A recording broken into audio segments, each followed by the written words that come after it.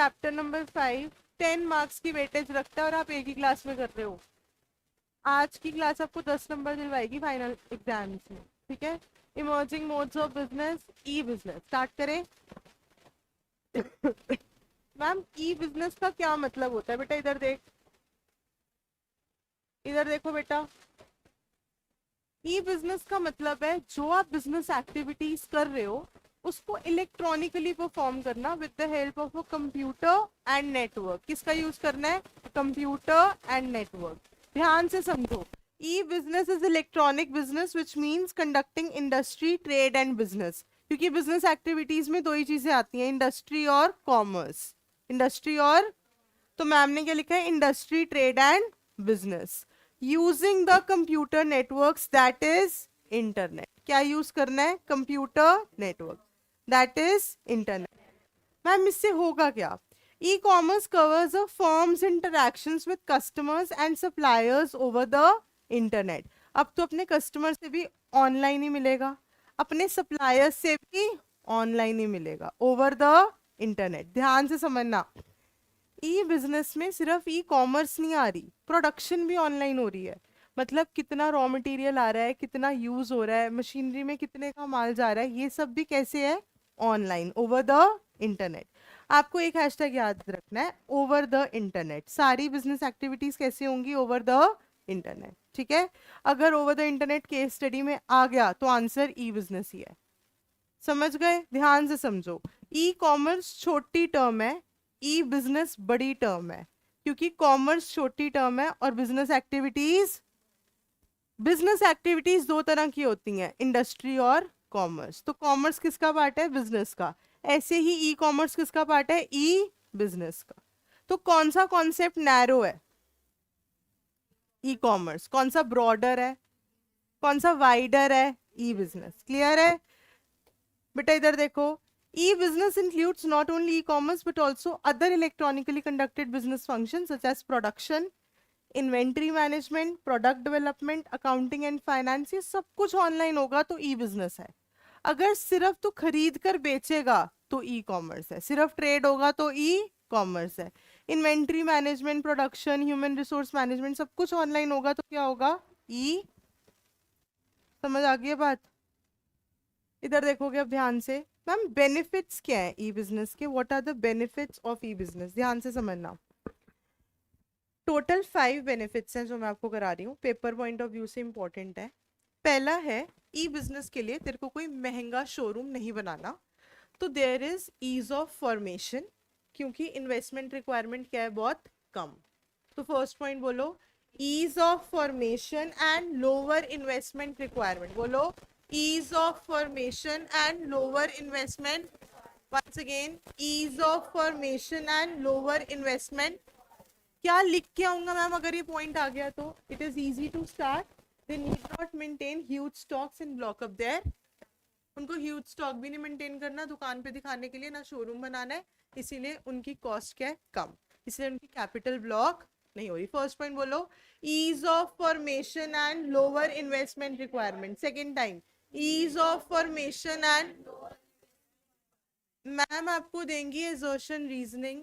E business is wider than e commerce, true. E commerce is not the part of e business, false, it is the part of e business. ये आएगा assertion reasoning, ठीक है। जो question बता रही हूँ अगर आपको माइंड में नहीं रहते तो लिख लिया करो। ध्यान से समझो अब। मैम कन्वीनियंस का क्या मतलब है बेटा? 24/7 इंटू 365 डेज का एक्सेस देता है ई बिजनेस, तो it offers the convenience of 24 hours a day, 7 days a week, 365 days a year. जो बच्चा कन्वीनियंस लिख रहा है उसको 24/7 इंटू 365 लिख कर आना है, आपका हैशटैग डन है। It offers the benefit of convenience of 24 hours a day, 7 days a week, 365 days a. Hashtag समझ आ रहे हैं? साथ साथ शॉर्टकट है, इतना लिख दोगे तो मैम आपको मार्क्स दे देंगी। अगला पॉइंट, स्पीड की बात करते हैं। Buying and selling just at a click of a mouse. ये देखो, बाइंग और selling involves exchange internet allows at the click of a. जो बच्चा क्लिक ऑफ अ माउस लिख रहा है वो स्पीड लिख रहा है, खत्म हो गई बात। जो 24/7 इंटू 365 लिख रहा है वो कन्वीनियंस लिख रहा है। जो ये लिख रहा है कि उनको ह्यूज स्टॉक मेंटेन नहीं करना है इसलिए ब्लॉक नहीं होगी कैपिटल, इसका मतलब क्या है बेटा, ease of formation and lower investment. Clear है मैम? अगला पॉइंट क्या है बेटा, ग्लोबल रीच है, तो ऑल ओवर द वर्ल्ड से कस्टमर को अट्रैक्ट कर सकता है। Enables firms to reach out to the customers all over the, जिसने ग्लोबल रीच लिख दिया मतलब वो क्या लिख कर आएगा, all over the world. Who have access to internet, similarly buyers have wider choice। मेरे पास भी बहुत सारे बिजनेसेस हैं जो ऑल ओवर द वर्ल्ड बेच रहे हैं, तो मेरे पास चॉइस ज्यादा है, और बिजनेस के बाद कस्टमर ज्यादा है। बिजनेस के पास क्या ज्यादा है बेटा, कस्टमर्स। तो it is a win win for both, again दोनों के लिए बेनिफिशियरी है। बिजनेस को क्या मिलते हैं ऑल ओवर द वर्ल्ड से, कस्टमर। कस्टमर को क्या मिलता है ऑल ओवर द वर्ल्ड से, वेराइटी। ठीक है, ये लिखा हुआ है, buyers have wider choice because of the whole world. ठीक है जी, आगे movement towards a paperless society. Invoice से लेकर हर चीज जो तो ऑर्डर प्लेस कर रहा है, पेपर पे नहीं हो रही, ऑनलाइन नहीं आ रही आपके पास, so we are moving towards the paperless society. इधर देखो, considerably reduce dependence on paper work, it has considerably मतलब ड्रास्टिकली रिड्यूस करिए इसने हमारी dependence on the paper work. Paper save हो रहा है, सस्टेनेबल डेवलपमेंट हो रही है, it is a merit. So we are moving towards a paperless society. Ma'am, what is the meaning of red tapeism? Ma'am आपको बोलेंगी e business reduces red tapeism, true और false? Answer is true. But होता क्या है red tapism, ध्यान से समझो बेटा। जब पेपर पे जर्नल बनता है, लेजर बनता है, ट्रायल बैलेंस बनता है, 1 साल हो गया, 2 साल हो गया, उसके ऊपर रेड टेप लग लग कर वो स्टोर रूम में जाता रहता है, फिर कबाड़ियों के पास जाता है, यही होता है। They all the stock of papers goes to the scrap dealer, ऐसा ही होता है। जिसके साथ हमें क्या बेनिफिट है, पेपर भी वेस्ट हो रहा है, और वो जो रिकॉर्ड है वो मेरे पास भी मेंटेन नहीं आ रहा। मैं 2017 के बच्चे का रिजल्ट देखना चाहती हूँ, देख ही नहीं पा रही क्योंकि तो पेपर पे था, रेड टेप लगी और वो तो स्क्रैप डीलर के पास चला गया। अगर ई बिजनेस होता, मेरे पास सारा डेटा कहाँ मेंटेन्ड होता, ऑनलाइन, जिससे रेड टेपिज्म क्या हो जाता, कम। ध्यान से समझो, considerably reduced dependence on paper work, the attendant red tape, जिससे क्या आता है, रेड टेप। पेपर वर्क बढ़ेगा तो रेड टेपिज्म भी, इसने पेपर वर्क कम कर दिया तो रेड टेपिज्म भी। जो बच्चा रेड टेप लिख देगा इसके अंदर, या considerably reduce dependence on paper work लिख देगा, उसका हैशटैग ठीक है। समझ आ गया सबको? तो हमने कितने मेरिट्स करे हैं, 5 ही इंपॉर्टेंट है, 10 नंबर के 4 टॉपिक हैं, तो कुछ भी आ सकता है। फर्स्ट पॉइंट बोलो जल्दी से, ease of formation and movement towards paper, ease of formation and investment requirement, फिर से बोलो, ease of formation and lower investment. Second point convenience, second point, third point speed, third point, fourth point global reach और access, क्या लिखोगे, global reach और access. Last point movement towards paperless. पांचों point फिर से, first point ease of formation and lower investment requirement, second point speed, second point आप ऊपर नीचे कर सकते हो, third point convenience, fourth point global reach और access, last point movement to. बेटा ध्यान से समझियो, अब इधर देखो मैम, ट्रेडिशनल बिजनेस और ई बिजनेस में क्या फर्क है मैम, 5 मार्कर दे रही हैं फाइनल एग्जाम्स में, जो कि पॉइंट नहीं है, वैसे देना नहीं चाहिए, क्योंकि केस स्टडी 2 अगर देनी है बच्चे की ग्रोथ होगी। मैम डायरेक्ट दे रही है इसलिए कर लो अभी, बेसिस कोई 5 याद रखो, 5 नंबर का क्वेश्चन एक्सपेक्टेड है फाइनल्स में। अंगद इधर देख लेना, मैम है क्लास में, इधर देखो ध्यान से। ट्रेडिशनल बिजनेस, आप बताओ ईज ऑफ फॉर्मेशन कहाँ होगी, ई बिजनेस में। कहाँ होगी, it is simple to form, easy to form, यहाँ पर क्या लिखोगे, डिफिकल्ट, इतना ही लिखना है। नेक्स्ट पॉइंट फिजिकल प्रेजेंस किसकी होगी, e business not required, traditional business required. Tick cross की जगह क्या लिखोगे, नॉट रिक्वायर्ड, और ईज ऑफ फॉर्मेशन क्या लिखोगे, सिंपल और difficult. Next point locational requirements, ध्यान से समझो बेटा। अगर मेरा बिजनेस ऑनलाइन है तो चाहे मेरा रॉ मटेरियल 2 किलोमीटर दूर से आए या 200, उससे कोई फर्क। अगर मेरा बिजनेस ऑफलाइन है तो मैं क्या चाहूंगी, मेरा फोटो स्टेट वाला भी पास ही हो, एक बुक कम पड़े तो फटाफट आ जाए। ऐसे ही चाहोगे आप? तो मैं ये भी देखूंगी बेटा आसपास रिक्शे वाले भैया आ जाते हैं कि स्टूडेंट्स को दिक्कत ना हो रिक्शा पकड़ने में। लोकेशनल रिक्वायरमेंट्स आप कौन से बिजनेस में देखते हो? फिजिकल में। किस में नहीं देखते? ई बिजनेस में।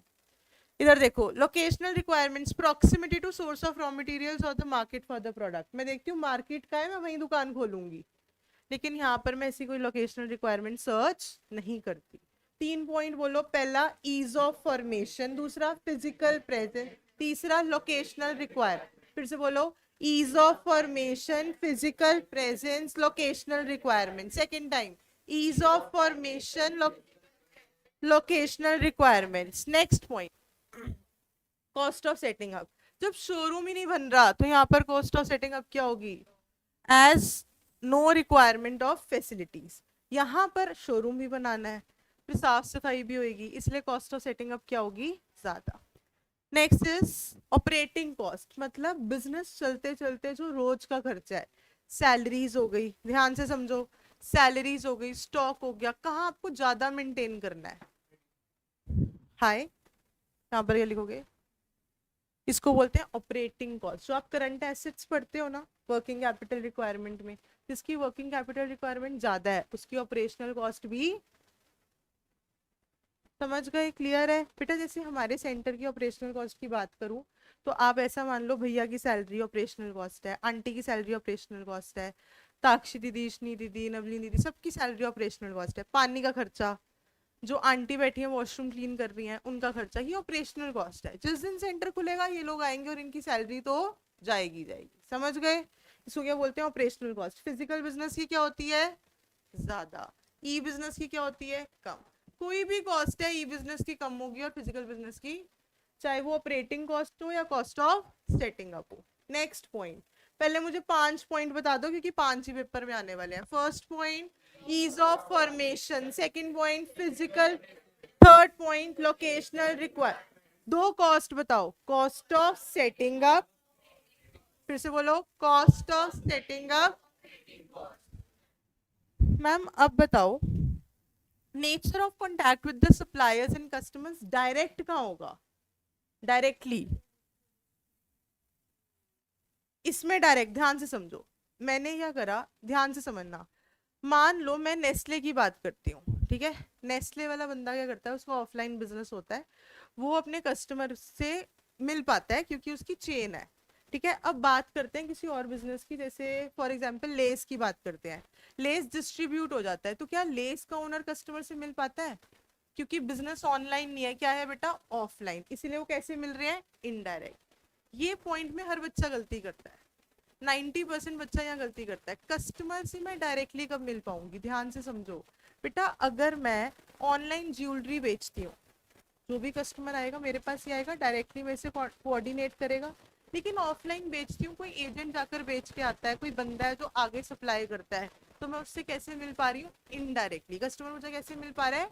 इनडायरेक्ट। ऑनलाइन में मेरे पास सीधी क्वेरी आ रही है तो उसको क्या बोलते हैं? डायरेक्ट। समझ गए? क्लियर है? तो ये पॉइंट आप बेशक याद रखो। इनडायरेक्ट किससे कैसे रिलेशन बनेंगे आपके साथ? ऑफलाइन में। डायरेक्ट कैसे बनेंगे? Online. Next point, nature of internal communication. यहाँ पर हायरार्किकल होता है, मतलब अगर तेरी दुकान है, तूने किसी का माल रखा हुआ है, वो नहीं चल रहा, मान लो आपकी इलेक्ट्रिकल गुड्स की दुकान है, आपने क्रॉम्पटन का गीजर रखा हुआ है, वो गीजर नहीं चला, तो आप क्रॉम्पटन के ओनर को या जो भी एजेंट है उसको फिर फोन करोगे, वो आगे फोन करेगा कि क्यों नहीं चल रहा, फिर आपके पास आंसर आएगा। बट यहाँ पर ऐसी कोई हायरार्की, बच्चा मुझे कह रहा है मैम आपने बोला था ऑनलाइन क्लासेस में ऐड हो जाऊंगा, मैं नहीं हुआ, मैं सीधा उसको आंसर करूंगी, इसमें कोई हायरार्की। तो हायरार्की, हायरार्किकल कम्युनिकेशन कहाँ होती है? हायरार्की कहाँ होती है? ट्रेडिशनल। पूरी एक चेन ऑफ कम्युनिकेशन कहाँ होती है बेटा? ट्रेडिशनल। ये पॉइंट्स डिफरेंट हैं, डिफिकल्ट हैं, 1-2 नंबर के आ सकते हैं। कैसे आएगा? Assertion and. मैम पूछेंगी कि आप बताओ नेचर ऑफ इंटरनल कम्युनिकेशन कहाँ हायरार्किकल है? आंसर इज, हायरार्की कहाँ पर है? ट्रेडिशनल। हायरार्की नहीं है ई बिजनेस। ये दोनों में आप अटक सकते हो, ठीक है? Next point, response time for meeting customers और इंटरनल रिक्वायरमेंट। ऑनलाइन क्वेरी आते हैं चाहे रात को 9 बजे है, 2 बजे है, मैं उससे बात कर लेती हूँ, तो यहाँ पर इंस्टेंट है। लेकिन यहाँ पर लॉन्ग है। कल दुकान खुलेगी, कल छुट्टी है वेंसडे, परसों ही खुलेगी, परसों ही मिलेंगे, तो यहाँ पर रिस्पॉन्स टाइम क्या है बेटा, लॉन्ग।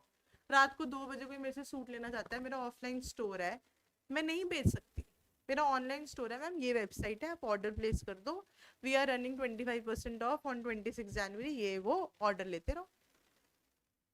तो कहाँ पर आप इंस्टेंटली रिस्पॉन्स कर सकते हो, ऑनलाइन में। कहाँ पर लॉन्ग टाइम लगेगा। क्लियर है, चलो next. Ease of going global, कहाँ तू इजीली ग्लोबल हो जाएगा, ई बिजनेस में ईज है। यहाँ पर कहाँ पर कम ईज है बेटा, फिजिकल बिजनेस। इसके बाद है ट्रांजैक्शन रिस्क, कहाँ पर आपका ट्रांजैक्शन रिस्क हाई है, ई बिजनेस। पता नहीं वो सीओडी एक्सेप्ट करेगा नहीं करेगा, पैसे आएंगे नहीं आएंगे, डिलीवरी लगेगी 100 अलग। बेटा हम बुक्स को, वोट कार्ड्स को ई उस पे नहीं बेच रहे, सीओडी पे। उसका एक कारण है, मेरी शिपिंग कॉस्ट तो लग जाएगी, और मैं तो बुक्स में कोई ज्यादा मार्जिन ही नहीं रख रही। जितने की बुक है हम कह रहे हैं कोई बात नहीं, अभी हमारा स्टार्टिंग फेज है, कोई बात नहीं आप ले लो। समझ रहे हो, आपसे हम पैसे तो नहीं ले रहे ना बुक्स के, क्योंकि आपकी फीस में नोट चार्जेस इंक्लूडेड है। समझ गए। तो अगर मैं ट्रांजैक्शन रिस्क की बात करूं, तो ओनर के लिए ट्रांजैक्शन रिस्क क्या होता है कि सीओडी पे ऑर्डर गया और उसने एक्सेप्ट नहीं करा। जैसे हम कहते हैं ना, भैया हम अभी नहीं ले पाएंगे, मैं दिल्ली से बाहर हूँ, आप कैंसिल कर दो। आपने तो कैंसिल कर दिया, लेकिन वो भैया ने जो शिप रॉकेट को दी होगी कमीशन दी होगी, वो तो उसकी कट गई, उसने उसका ऑर्डर भी नहीं डिलीवर हुआ और पैसे भी कट गए। तो ये रिस्क लेते हैं, इसीलिए तो क्या कहते हैं, प्रीपेड डिलीवरी पे 5% एडिशनल ऑफ, क्योंकि उसको लगता है सेफ्टी है, पहले ही पैसे आ गए, प्रीपेड है, तो मतलब ये बंदा तो लेगा ही लेगा, क्योंकि इसने पैसे दे रखे हैं। समझ आ गई बात। ट्रांजैक्शन रिस्क कहाँ पर ज्यादा होगा, ई बिजनेस। कहाँ पर लो होगा, physical business, traditional business. Clear है। तो आपने वैसे तो 5 ही पॉइंट करने हैं, बट 2 पॉइंट ना थोड़े खतरनाक थे, इसीलिए वो भी कर लो, मैंने करवा दी, जो मुश्किल पॉइंट है मैंने वो भी करा दिए, ठीक है। उसके अलावा ease of going global very easy. Response time आपको पता है, कहाँ पर इंस्टेंटेनियसली तू आंसर कर देगा, ई बिजनेस। कहाँ पर टाइम लगेगा, फिजिकल बिजनेस। ट्रांजैक्शन रिस्क आप इजीली बता दोगे, ई बिजनेस में ज्यादा है और ट्रेडिशनल बिजनेस में कम। समझ गए डिफरेंस। 5 मार्क्स का most expected question from chapter number 5, ठीक है। मेरिट्स या इसमें से एक आंसर तो पक्का पेपर में आने वाला है। मेरिट्स बताओ। First point, ease of formation and lower investment requirement, बोलो ease of formation and lower investment.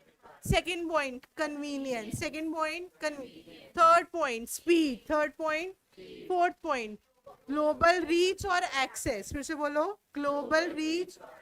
Last point, movement towards paperless. Ma'am 5 basis बता दो, सिर्फ 5 बेसिस। पहला point, ease of formation. Second point, physical press. Third point, locational requirement. 2 cost याद कर ले, क्योंकि अगर पेपर में डायरेक्ट क्वेश्चन आ रहा है तो ये दोनों पॉइंट का आप रिस्क ही मत लो, सीधा ये 5 लिखो। 2 कॉस्ट बताओ जल्दी से। Cost of setting up, operating cost. दोनों ही किसकी ज्यादा होती हैं, फिजिकल बिजनेस। किसकी कम होती हैं, ई बिजनेस। कर लोगे डिफरेंस तक, मेरिट्स और डिफरेंस क्लियर है। 10 नंबर का चैप्टर है, देख लेना, ठीक है। चलो अब इधर देखो मैम, अब और क्या क्या करना है हमने, बेटा बस देखिए, देख B2B, B2C, C2C खत्म, चैप्टर ही खत्म, कुछ है ही नहीं।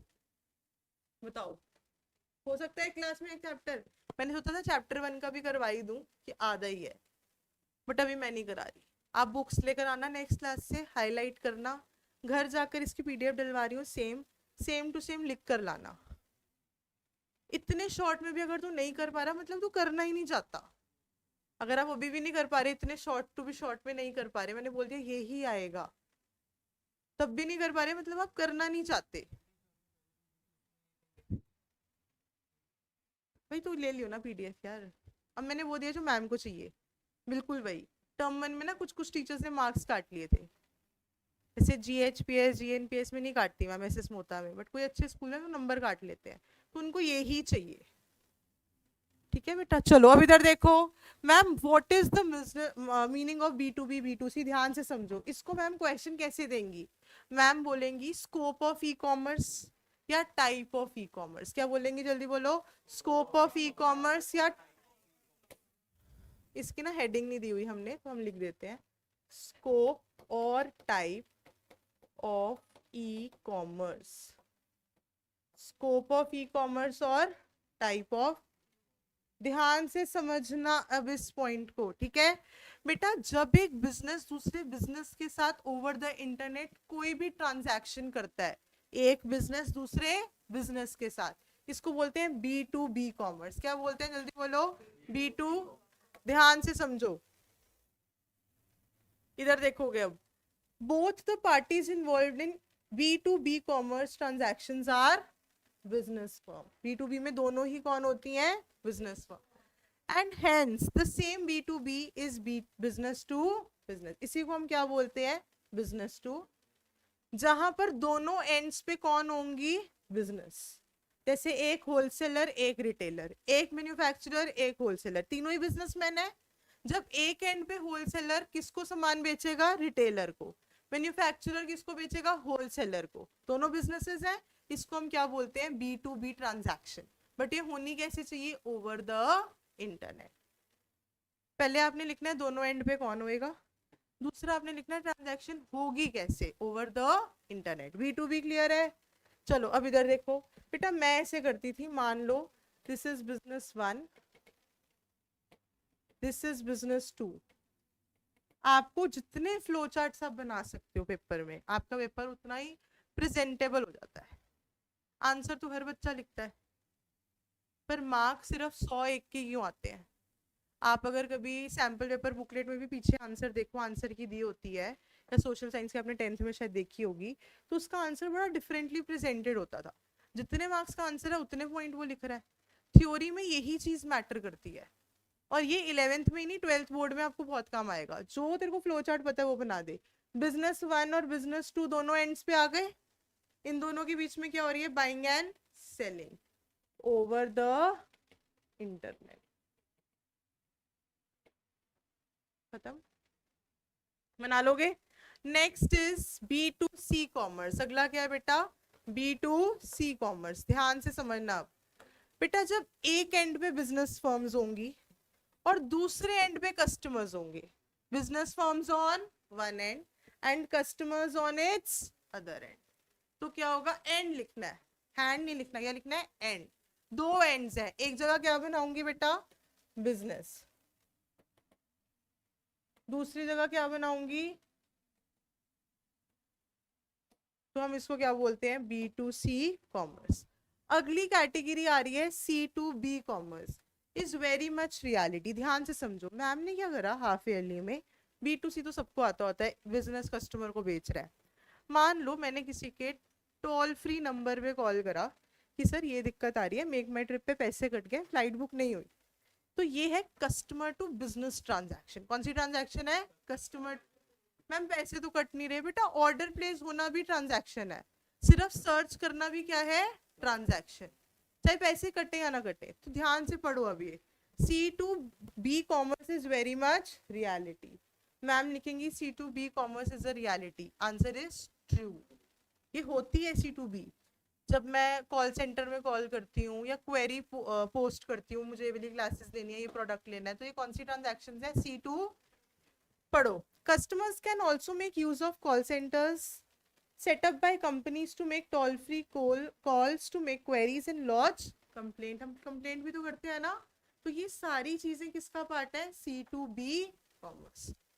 क्लियर है, लक्षित आपके पेपर में था ये C2B हाफ ईयरली में, ठीक है, मुझे याद है, इसलिए कर लेना, ये आ सकता है पेपर में। मैम और क्या आएगा बेटा, इधर देखो, तो समझ नहीं आ रहा है एग्जिट किससे होती है, इसी से।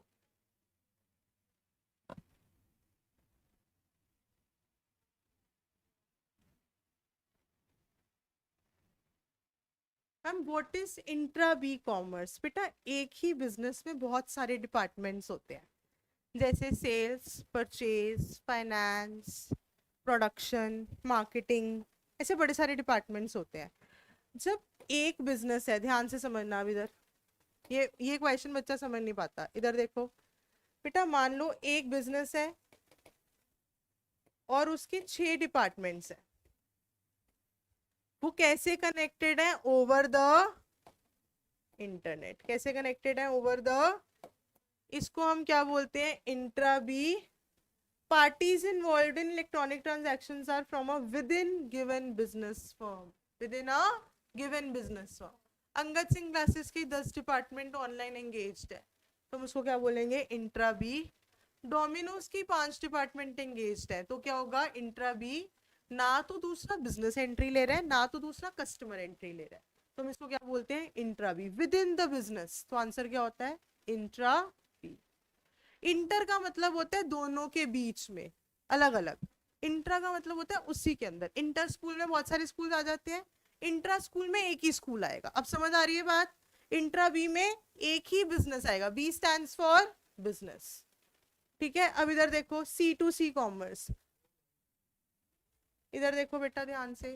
बेटा OLX.com, eBay.com, जिसमें आप अपने यूज्ड गुड्स बेचते हो किसी और कस्टमर को.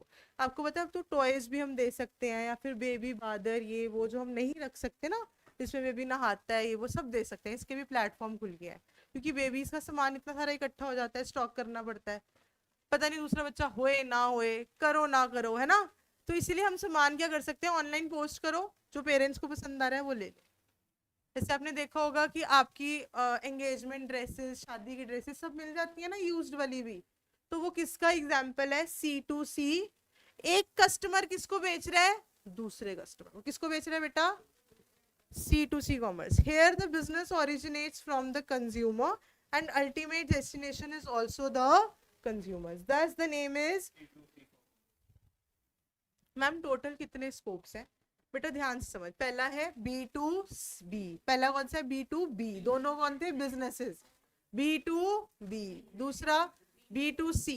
B2C से ये राइज होता है C2. उसके बाद आपने क्या पढ़ा, इंट्रा बी. उसके बाद कौन सा पढ़ा, लास्ट कौन सा है, C2. इधर ध्यान से देखना. अब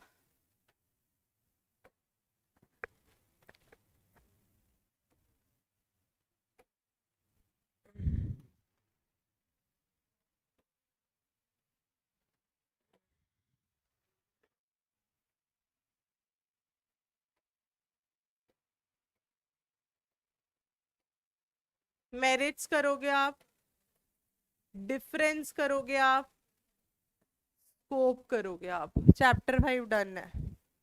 इसके बाद 3 चीजें रिविजन करा रही हूँ, हो गया क्लास ओवर. ठीक है, क्योंकि रिवाइज नहीं करोगे घर जाके, मुझे पता है आपने अभी तो नहीं करना.